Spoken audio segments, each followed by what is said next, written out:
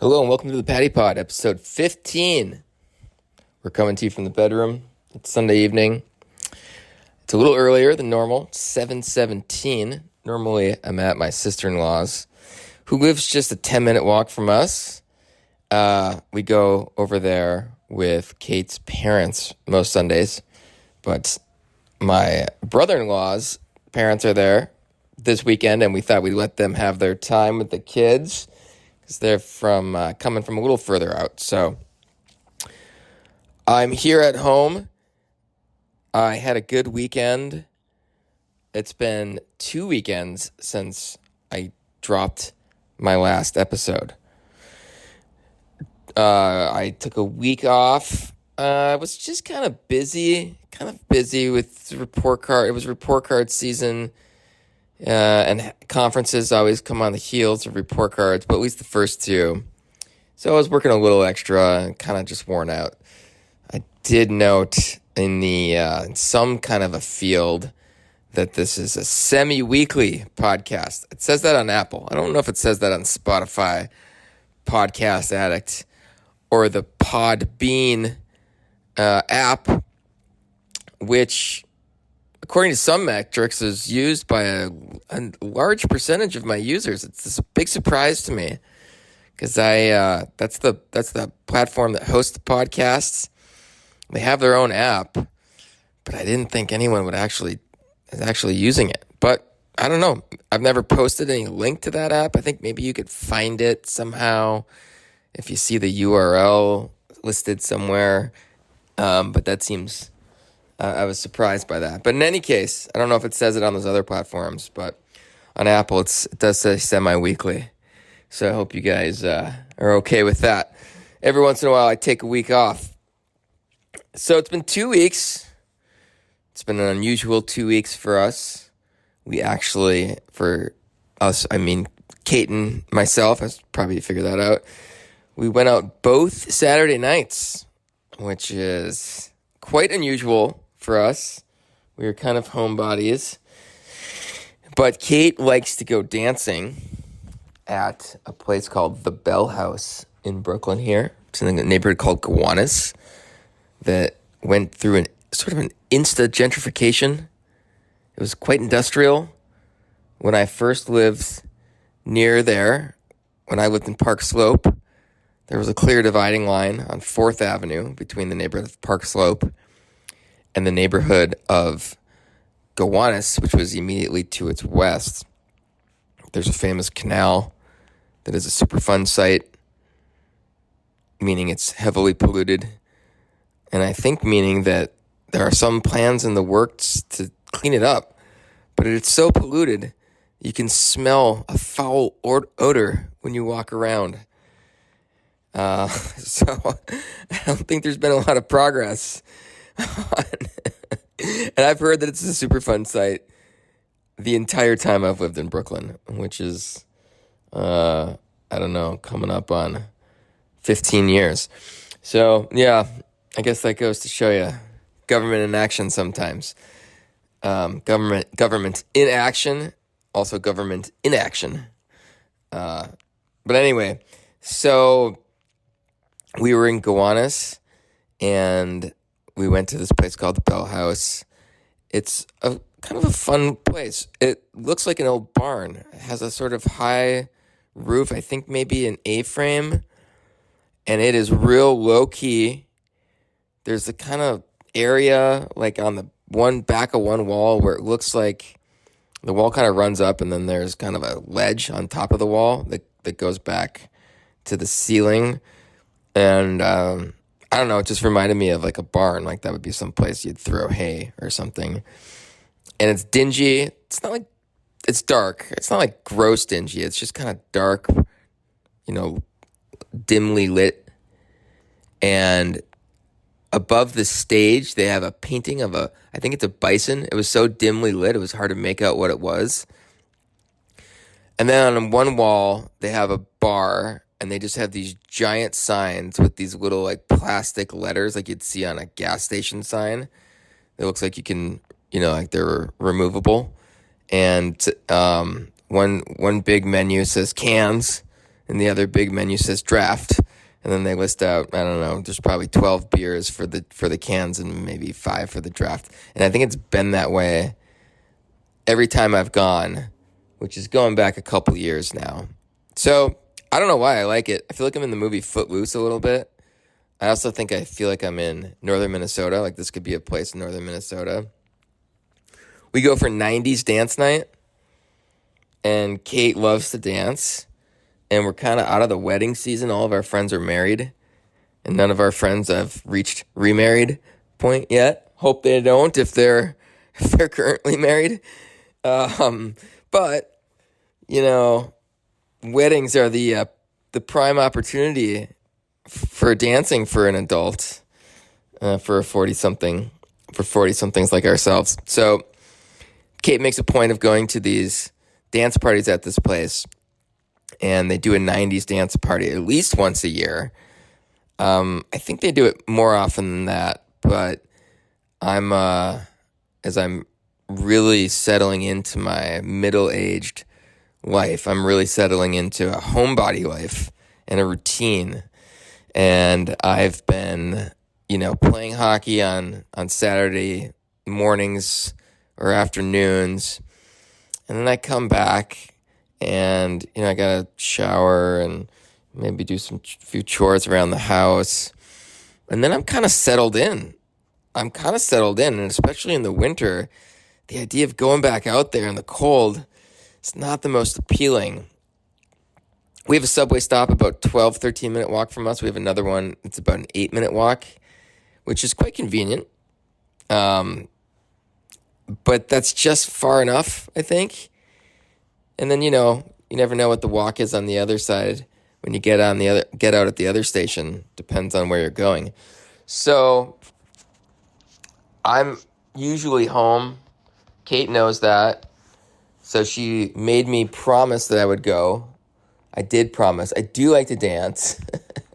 But this place doesn't start the dance party until 10 p.m. and that's almost too late for me. I can't believe how old I'm getting. I can't believe, not in terms of years, but in terms of lifestyle. We, I made her promise that we would get there right when it started, and she made a reservation at a pizza place. And she did that in part to ensure that we would go, because we would, have to go out a little bit earlier to go to dinner first. And then when she had me out, she knew there'd be no turning back. So we went to this pizza place. I don't remember the name. Kate remembers all these things. She's a big foodie. It was essentially deep dish pizza. They were calling it Detroit style, and I had to throw a flag on that one. You guys, don't at me, bro, but I'm going to say there is no Detroit style. There is only Chicago style, a.k.a. deep dish. We've all known this for years. I think Godfather's Pizza served that in Duluth, Minnesota. That's my recollection. Certainly Old Chicago Pizza served it, as their name would suggest. I want to say Pizza Hut even had it too. And, deep dish is deep dish. It's got the kind of the spongy pizza, and it's got that crispy sort of singed edge. I love it. It's good stuff. I thought you guys thought I was going to go on some kind of New York rant about it. That's a thing. I don't understand this factionalism. I don't understand this, what's the word I'm looking for? I got to read the newspaper more often. I think it's factionalism, but this, this fighting amongst pizza fans, they're both good. They're just different things, You can like cheeseburgers, and you can also like omelets. You can like ham sandwiches, and also like French fries. I don't really understand. They're both really delicious. I'd eat, what I'm saying, I guess, is both New York style and the deep dishes. They're both really delicious. I really don't understand the vitriol The sectarianism, that's the word I was looking for. When I was in my 20s, I used to read the New York Times religiously every day. And I remember reading a lot about sectarianism in the Middle East. Anyway, there's sectarianism in the pizza world, and it's another, major concern that we all should address. Embrace both, people. I guess that's in line with my worldview. Probably won't be surprising to many people with my, all of the above, big tent outlook on life. So it was good. I liked it, but I also had the thought, it was not, of course it was nice to go and sit down. It was a nice place, kind of hip, whatever. They're all kind of hip, right? These restaurants in New York City and every major American city, it seems like we're all hip now. When I was a kid, we used to eat at Perkins or Pizza Hut. That was restaurants back then. Food was just American. Interesting food was Chinese or Italian. And that was kind of it. Not that was good, but there's I don't know. There's something about everyone having to have they all have the same kind of lighting fixtures. They call them Edison lights. And it's always kind of a repurposed, sort of industrial looking floor. I don't know. Don't get me wrong. It's a pleasant, lovely place. I'm not complaining. I think the ultimate hipster move would be to make a Perkins with the kind of the light blue and pink color scheme, like wall-to-wall carpet, those big cushy booths with the vinyl. And that would be the thing, right? Just a complete replica of 1989 Perkins. And I don't know what you would serve. Maybe it's coming. But had a nice time. But I did think to myself, I don't know what we paid. It wasn't extraordinary, but it was just pizza. It wasn't anything fancy. I think Kate's was a little bit unique. I think pesto pizza.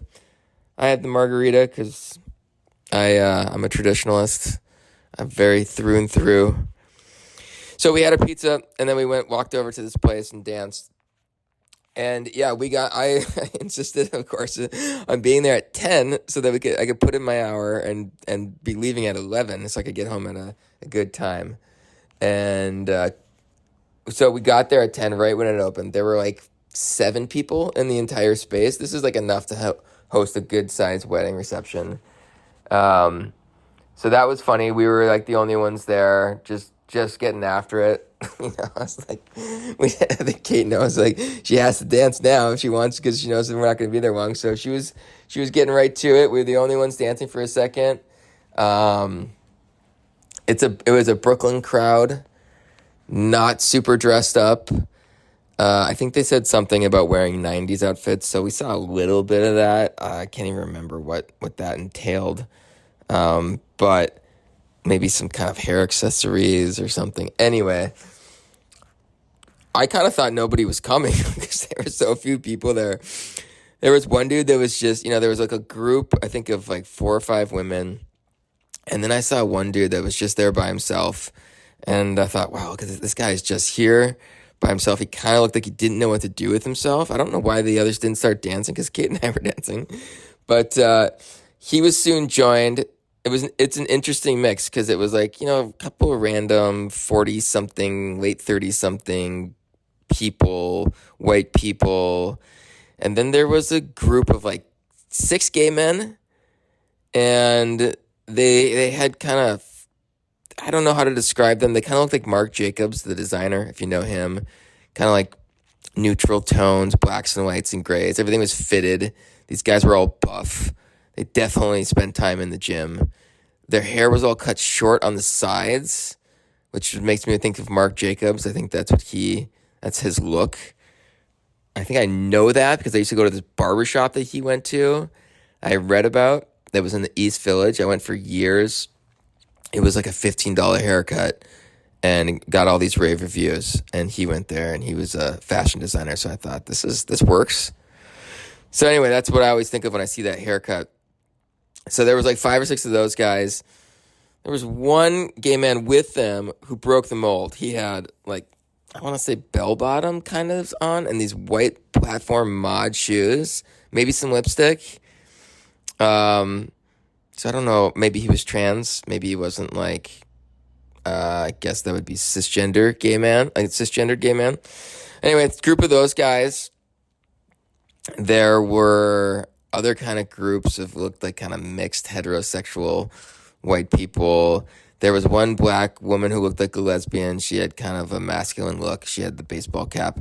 She was just chilling. There was this little spot in the back where you could sit at tables, and she looked like she was on the prowl. She had a drink in her hand. She was sitting for most of the first half of the night, just checking out the scene. She stepped out for a minute and just kind of stood. I don't know if she wanted to stretch her legs. One of the gay men went over to her and started chatting with her. I thought that was interesting. Obviously, there's, the LGBTQ plus community, but I think it's well known amongst many people. The gays and lesbians don't necessarily have a lot in common. That's sort of an old stereotype or cliche, but I think it's kind of true. So anyway, I thought it was kind of funny. I was sort of wondering what they were talking about. Maybe about all the breeders, as I remember some of my gay friends used to call us heterosexuals. But it was fun. Just very different than my dance days from before, which were a little bit more at like Manhattan clubs when I was in my 20s. Not that I was a big club guy, but every once in a while that would get thrown into a mix. And, I'd see like all these bros and bottle service and stuff like that, and women in, young women in tight clothes and the whole deal. So this was different. Anyway, it was fun. We danced. When I get out there, I do enjoy it. I get moving. I like to dance. It just takes me a lot to get out there. There was, one other thing. There was one dude, this Indian guy. He was probably mid-30s. Nice looking, tall guy, looked kind of fit. He stood behind us, kind of right in front of where the lesbian woman was sitting, and he was just on the dance floor. He had the same drink. It looked like the same drink in his left hand. I don't know if he sipped it at all, because it looked like he was in the same position all night and getting after it. Like, kind of had a little beat going, and he was just all night, the whole 2 hours we were there. We did stay 2 hours. I did stay till midnight. You'll be proud of me, I think. And he was just consistent the whole night. I thought to myself, what a guy. I mean, I really did. I was like, what a guy. Maybe he's new to New York, or maybe his friends all have kids like me.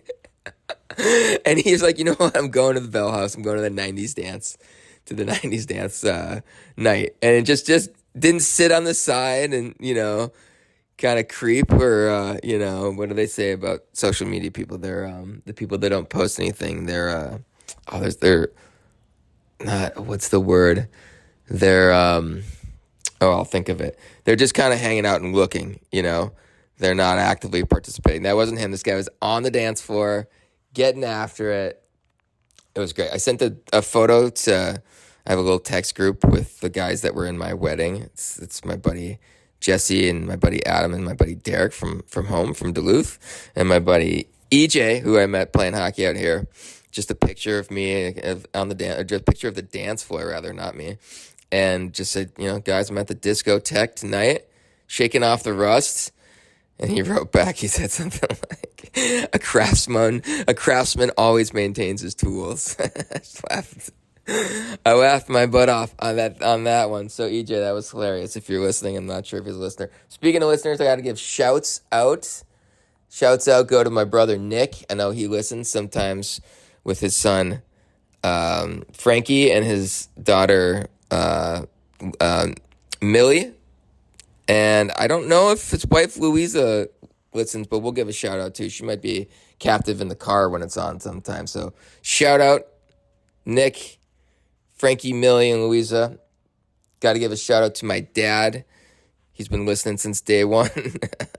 When I thought maybe this was just going to be a long voicemail to my dad every week. Who knows? Who knows if it maybe ends up that way. But shout out, Dad. Thanks for listening. He said he had COVID for the second time recently. And binged a couple, 4 or 5 episodes. So way to go, Dad. Keep it up. Shout out to Dr. Ben.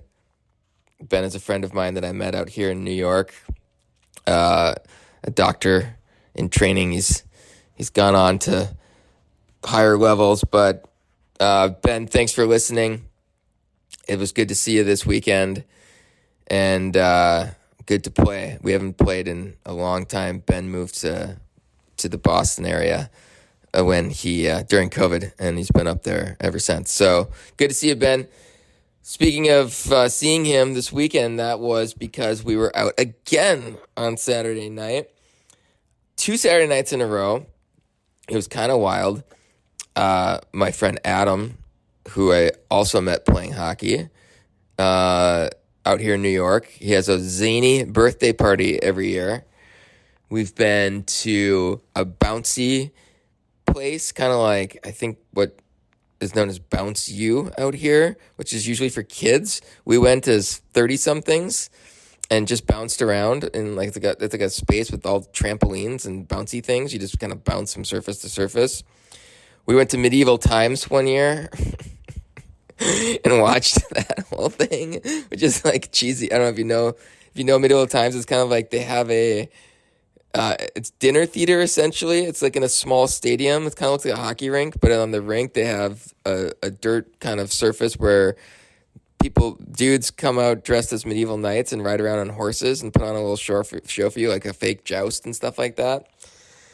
It's about as dorky as it gets, but it was hilarious. Of course, we're all tongue-in-cheek hipsters over here, so don't worry if you're worrying about our cool cred.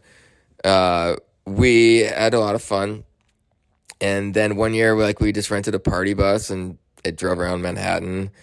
I got my friend to moon some kids. She didn't realize there were kids out there, so that was a little bit much, maybe. But I didn't do it I didn't really know. I asked them to moon people, and we realized they were kids after the fact. But it was funny. Those are some wild nights. Those are back in my drinking days. So, the idiot factor went up pretty high. Just the hockey idiot in me came out pretty strong on some of those nights. But we had a lot of fun. Nothing too crazy happened. And so it got put on pause for COVID. But we were back at it. I think this was the first one since COVID, and he finds one year we played shuffleboard, also in the neighborhood of Aquinas. Just like you would, I don't know if you know shuffleboard. It's I think I associate it with retirees in Florida, but there was some place in Brooklyn and Gowanus that got set up. I think they're still there. It's indoors. All of the stuff and has beer served too, so you get these 30-something Brooklynites that go and drink and do this stupid stuff. But it was fun. We had fun doing that. And kind of in that vein, he found something called feather bowling, which I understand only happens in Belgium. Somewhere in Belgium, they started taking wheels of cheese, and they found a field, and they would place a feather, some distance apart, and then they would roll this cheese, and whoever landed their cheese on the feather or closest to it wins. So, of course, there's a place in Brooklyn that has this. Anything obscure is going to be found by Brooklyn hipsters and then turned into some kind of wacky hipster business. So that was the place that we went to last night. That was one of the places. I'd made a mistake. I had thought that I forgot that it was scheduled, so I had sent a text out to a different group of guys asking if they wanted to play hockey with me. And then a guy on that chain said, "Are you trying to pull people out of my birthday party?" And I didn't realize that he had invited me to his birthday party. And I was like, "You never invited me." And he's like, "No, I see that you saw the email. I can see it." So I looked. He had sent such a professional-looking invitation. He made some joke about, he turned 50, so he made some joke about 50 Shades of Grey. And I honestly thought it was an off-Broadway play that I was being marketed to about. So anyway, I didn't realize it, but we were able to call an audible and make his party as well. That was pretty fun. So it was 2 parties in one night, which was pretty wild for us, but sort of fun to be out there. So it's a good couple weeks. Uh, I wear sneakers to work, and this week I realized that I look a bit like an office lady because I often wear dress pants and I have sneakers at the end. And all I can think about, I don't know why I have this image in my head. I must have seen it on NBC News or something like that. Like I used to watch the nightly news when I was a kid. But all I could think of was like they'd show these shots of like, like a street scene, and oftentimes in some business area of some city, and you'd see these middle aged women moving at quite a clip, wearing, like some kind of sort of formal blouse and a skirt and maybe pantyhose back when women wore pantyhose, and then at their feet would be sneakers, like full on like Reebok or Nike like running shoes. So I wear these running shoes. I try to find cooler looking ones, kind of sleek, sort of like a sort of a minimal kind of thin profile. And they look all right. People wear sneakers now, those kind of sneakers with suits and whatever. But I don't know. The ones I had, I just kind of looked when I was sitting on the subway, and I thought I kind of look like a middle aged office lady, like a mall walker. So anyway, that was part of this week. We're going to Slovenia and Vienna, Austria in April. So we've been watching videos this week or in the last couple weeks, and kind of doing a deep dive into what we should go see and do and stuff. Speaking of hipsters, that's becoming a theme, I guess, of this this podcast. There's this hipster woman who works for, it looks like some kind of a Vienna tourist agency. They have a YouTube channel called Vienna. You can check it out. And they do all these little videos. And she did this one, I don't even remember, it was about like her favorite spots or whatever in Vienna. And she's joined by her friend from university. I think this woman is British. Anyway, they did this little scene, and she's like, this is Barry, my friend from university. He's joined me in Vienna, and we're going to go and have a great day. And then so the next shot is like, hey, Barry. And he's like, oh, hello. And she grabs him by the shoulder. She just puts it, like, kind of takes her hand and puts it on his shoulder and gives it a little shake. And I'm like, is that a hug? I think that's a hipster hug. And, it just was like the funniest, weirdest thing. Like her old friend from university. I know some people aren't huggers. We've talked about this before on the podcast, but God, that looks funny to me. Just a kind of a shoulder. Maybe it's because we don't know what to do with all this gender stuff. I don't know what to do. At some point in college, I used to shake a man's hand and I would hug a woman and do a little like fake kiss on the cheek thing. I don't know where I got that from. I think from the other kind of seemingly sophisticated adults around me at the time. Maybe from the professors. I don't remember. But that persisted through my adulthood into my 30s and 40s, but now with like the body autonomy thing, this have come up, and with the gender stuff, I don't know if that's what I'm supposed to be doing anymore, because that's like pretty gendered, like shake man's hand, like do a sort of hug / cheek smush with the woman. So I don't know what to do anymore, and maybe that's what that was, like just a shoulder grab.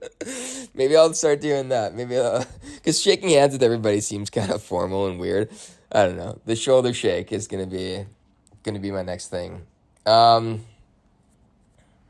take a hard quick right into spirituality, and then we're gonna turn right out of it. I thought about this week that when I get really angry, I was getting kind of frustrated this last 2 weeks because I was working long hours. Something that's been helpful to me is just to get mad at the universe or mad at God, if whatever term you use. I like that because I feel like you can really just get, whatever you can say and spew at that entity or that force. Maybe it's the Tao you're mad at. It can take it, right? If it's the all-powerful, all-universal thing, it's just kind of laughing at you. It's like if a 2-year-old was just trying to wail on you and you're a, grown man. You kind of laugh. So I think that's the thing that's happening. And I like that because it gets the anger out, gets the Irish anger out of me a little bit without destroying a relationship with somebody. So I don't know. It's been good. I'm gonna keep going. I try not to, stay in that state for too long, but I think it's good. I do think it's good to you gotta express that, get that anger out. I think I mentioned this before. There was this author, a near-death experience woman who is a surgeon. Her name is Mary Neal. She had a pretty extraordinary near-death experience. Look it up if you're interested. She's real, like, no nonsense, very kind of even keel. She's kind of the last person that you would think would have, well, the last person that you would think would be talking all about this and her whole incredible experience, which makes it even more kind of convincing to me. But I don't know. I read her book, and she was telling this one story about how she broke her leg when she was skiing and how painful it was. And then she started talking about how she was, like, swearing up a storm. And she had been a Christian, I think, before. And so she was kind of and I think she was sort of buttoned up, but she was just cursing the blue streak. And then she, as maybe not surprising as a scientist, medical person, as a doctor, she did some research about. She found some study about the physiological benefits of swearing. Like, there's, I don't know, you get some endorphin release or something. So in the right moments, not directed at a human, I think swearing and expressing anger is good. So that's just a little things that have worked for me corner statement. One more thing about spirituality. I will say we had this photo of Jesus that my mom had in our kitchen. It was like this painting on this little, like, wood panel, and he was laughing, and it was the only time I've ever seen Jesus depicted that way. And I really think, this sounds sort of cheesy, but I really like that. Like, that should be the image of Jesus, not the stern one all the time. I think we get a little wrapped up in the suffering. If I was Jesus, I wouldn't want people to be sad all the time about me and think about the sacrifice. That seems kind of heavy. I'd want people to be, thinking about the message of love and thinking of me as laughing a lot. Anyway, that's a little 30-second theology for you. I'll say one last thing in the spiritual corner that came to me today that I just remembered. So St. Thomas Aquinas is maybe considered the greatest Catholic theologian. He was one of the prominent people that I studied when I took a medieval philosophy class, because medieval philosophy is, in the West, is generally scholastic Christian theology and philosophy. Anyway, greatly revered, wrote these revered texts, and had some kind of what he described as an encounter with God, seeing the face of God. There's a term for that in theology. I can't remember off the top of my head. And after he came out of this experience, he said that something along the lines of everything he's written is nothing but straw, worth nothing but straw. So when we go down these rabbit holes of theology and philosophy and meaning seeking, I think about that, and so many people who love this man. I listened to an episode or two of this St. Thomas Aquinas podcast. They deep dive into all his writings, and it's like they even mentioned this experience and what he said about it. And my takeaway was like, okay, cool. I won't deep dive into your writing. I'll just sort of try to, be lighthearted and lighten up a bit and enjoy the news that you were giving us about this experience. So anyway, that's worked for me. Once again, if you love St. Thomas Aquinas, God bless you. I guess deep dive into it. Sometimes I'm in the mood for some of that stuff, but yeah. Anyway, all right. So we're out of the spiritual corner. What else happened this week that was fun? There was something else I was going to talk about. Oh yeah. I've mentioned before about feeling like I'm 12 years old. I was in the locker room at hockey the other night. This is the stupidest thing. And I don't know, maybe this hasn't happened in a while. People change all the time in the locker room, and sometimes, guys like kind of turn away as they're taking off their underwear. And I was talking to a friend, and all of a sudden I kind of looked over and I see this guy's bare ass as he's taking off his nut cup, and it's going to change into his underwear. And all I could think of, I wanted to say, nice ass. It's just like when I saw the people kissing and I wanted to go, woo! So the inner 12-year-old is not just alive and well. I think he's sometimes at the helm. All right, that's it. Peace and love. Sorry, one more thing I forgot. I now have a Patreon page. So if you're interested in supporting me in this podcast, go ahead and visit Patreon. That's patreon.com, Patreon. If you just search for the Patty Pod, you'll see my page. You can subscribe or I think it's called pledging, for as little as it looks like 50 cents a month. So yeah, it would be nice if you're liking the pod and you want to throw a little support my way. Those hats don't buy themselves. Thanks, everybody.